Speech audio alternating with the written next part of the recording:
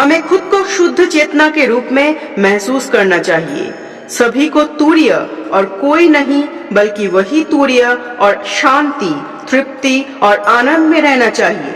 अपने भीतर दिव्यता और संपूर्ण ब्रह्मांड की आध्यात्मिक एकता का एहसास करें। सभी प्राणियों के प्रति शांति, प्रेम और सेवा के माध्यम से उस दिव्यता को दैनिक जीवन में प्रकट करें। ये रोजमर्रा की जिंदगी का आध्यात्मिकीकरण है। स्वामी सर्वप्रियानंद का भाषण पांडित्य का अद्भुत मिश्रण है।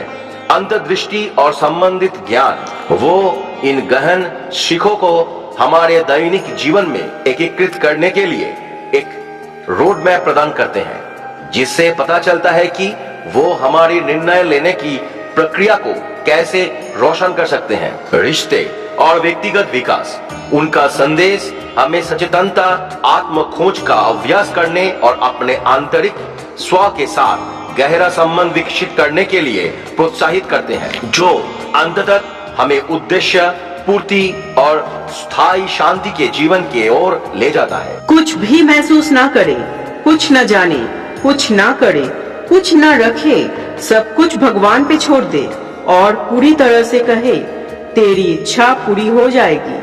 हम केवल इस बंधन का सपना देखते हैं। जागो और इसे जाने दो। स्वामी सर्वप्रियानंद एक प्रसिद्ध आध्यात्मिक शिक्षक, भगवत गीता और उपनिषदों की गहन शिक्षाओं पर वाक्पटुता से प्रकाश डालते हैं और इस बारे में अमूल्य अंतर्दृष्टि प्रदान करते हैं कि कैसे ये कालातीत ग्रंथ हमें इस जटिल क्षेत्र में नेविगेट करने में मदद कर सकते हैं।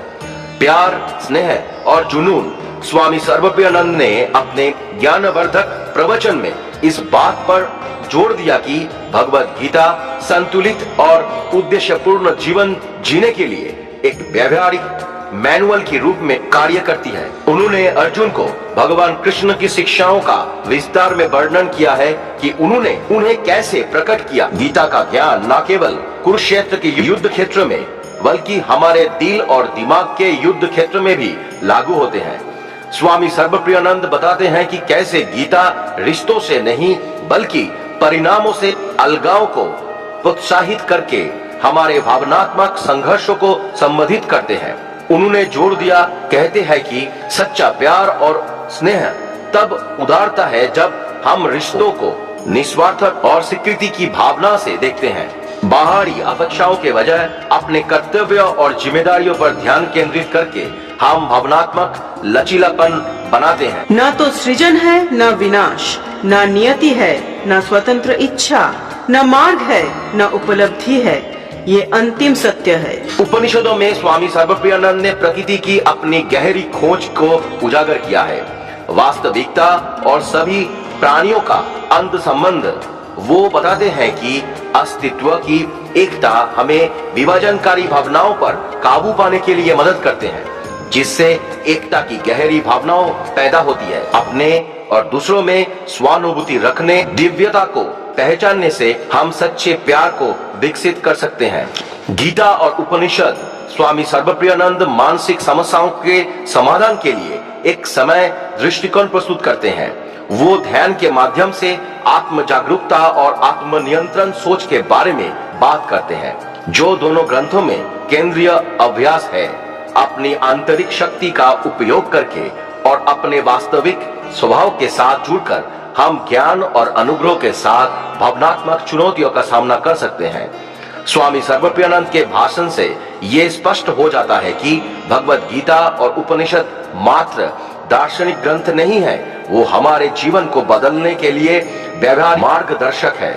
अपनी अंतर्दृष्टिपूर्ण व्याख्याओं के माध्यम से वो बताते हैं कि कैसे इन ग्रंथों के कालातीत ज्ञान का उपयोग प्रेम, स्नेह और जुनून के जटिल इलाकों में नेविगेट करने के लिए किया जा सकता है। इन शिक्षाओं को एकीकृत करके हम गहरा संबंध, सच्चा प्यार स्थापित कर सकते हैं और भावनात्मक उथल पुथल से ऊपर उठ सकते हैं। आत्म खोज और आध्यात्मिक विकास के माध्यम से अपने जीवन में शांति और पूर्णता पा सकते हैं। स्वामी सर्वप्रियानंद भगवत गीता और उपनिषदों की कालातीत प्रासंगिकता पर जोर देते हुए उन्होंने इस बात पर प्रकाश डाला कि ये प्राचीन ग्रंथ न केवल धार्मिक मार्गदर्शन प्रदान करते हैं बल्कि समकालीन जीवन की चुनौतियों पर लागू सार्वभौमिक ज्ञान भी प्रदान करते हैं। भगवत गीता से स्वामी सर्वप्रियानंद कार्य योग की अवधारणा पर चर्चा करते हैं। निस्वार्थ कर्म का मार्ग वो विश्लेषण करते हैं कि जीवन की अनिश्चितताओं के सामने भगवान कृष्ण की अनासक्त कर्म की शिक्षा चुनौतियों के प्रति हमारे दृष्टिकोण को कैसे बदल सकती है। धर्म की अवधारणा विस्तृत है जो दर्शाती है कि कैसे हमारे कार्य के साथ साथ हमारे अंतर्निहित कर्तव्यों से अधिक सार्थक और पूर्ण जीवन प्राप्त हो सकता है। स्वामी सर्वप्रियानंद ने अद्वैत वेदांत की मूल शिक्षाओं को प्रकट किया। उन्होंने मांडुक्य उपनिषद और ओम यंत्र पर इसकी व्याख्या की खोज की। वो बताते हैं कि कैसे 3 अक्षर ओम जागृत अवस्था, स्वप्न और गहरी नींद के साथ साथ तुर्या की पारलौकिक चौथी अवस्था का प्रतीक है। ये विश्लेषण वास्तविकता की प्रकृति और स्वयं के बारे में गहरी जानकारी प्रदान करते हैं। स्वामी सर्वप्रियानंद वास्तविक आत्मन की उपनिषदिक अवधारणा के बारे में बात करते हैं। वो विस्तार से बताते हैं कि कैसे हमारी आवश्यक प्रकृति को समझने से दुख से मुक्ति मिल सकती है, यानी मोक्ष प्राप्त हो सकती है। सभी प्राणियों के अंत संबंध पर जोर दिया जाता है, जिससे करुणा सभी में समान दिव्य सार को पहचानने का स्वाभाविक परिणाम बन जाती है। स्वामी सर्वप्रियानंद ने इस बात पर प्रकाश डाला कि ये अवधारणा मानवीय सीमाओं और परिभाषाओं से परे है।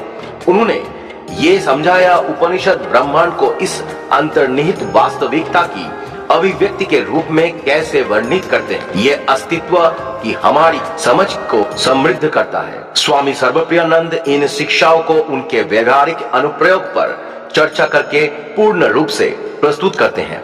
वो बताते हैं कि इस गहन अंतर्दृष्टि को दैनिक जीवन में कैसे शामिल किया जाता है। स्वामी सर्वप्रियानंद ने श्रोताओं को भगवत गीता और उपनिषदों की शिक्षाओं के माध्यम से आत्म खोज की परिवर्तनकारी यात्रा शुरू करने के लिए आमंत्रित किया।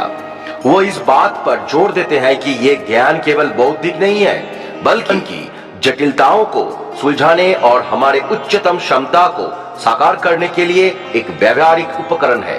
कुल मिलाकर स्वामी सर्वप्रियानंद का प्रवचन भगवत गीता और उपनिषदों से गहन विश्लेषण, आध्यात्मिक ज्ञान और व्यवहारिक अंतर्दृष्टि को जोड़ता है।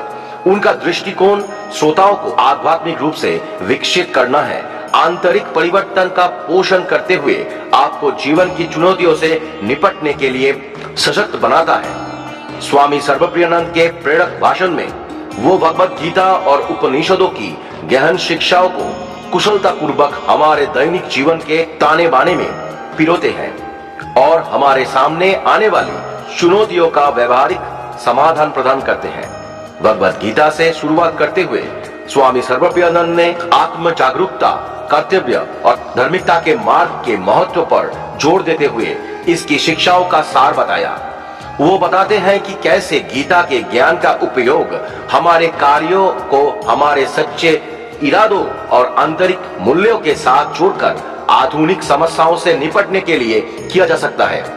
स्वामी सर्वप्रियानंद बताते हैं कि कैसे अर्जुन की दुविधा हमारे अपने संघर्षों को प्रतिबिंबित करते हैं और वो योद्धा के आत्मनिरीक्षण और जीवन के जटिलताओं के बारे में स्पष्टता के लिए हमारी अपनी खोज के बीच एक समांतर रेखा खींचते हैं। उपनिषदों के मामले में स्वामी सर्वप्रियानंद हमारे यात्रा का मार्गदर्शन करने में उनकी निरंतर प्रासंगिकता का खुलासा करते हैं।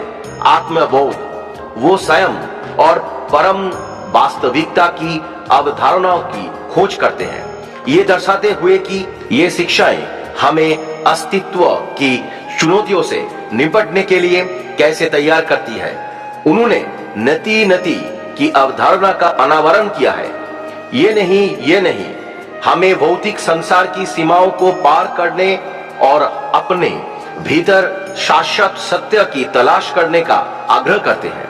स्वामी सर्वप्रियानंद अपने प्रभावशाली विश्लेषण के माध्यम से प्राचीन ज्ञान और आधुनिक विधाओं के बीच की खाई को काटते हैं। वो प्रतिकूल परिस्थितियों को विकास सारस में बदलने के लिए व्यावहारिक उपकरण प्रदान करते हैं और जीवन की चुनौतियों को लचीलेपन के साथ स्वीकार करने के गीता के आह्वान को प्रतिध्वनित करते हैं। अंत संबंध के उपनिषदिक दर्शन को एकीकृत करके वो समाधान में स्वानुभूति और एकता के महत्व पर जोर देते हैं।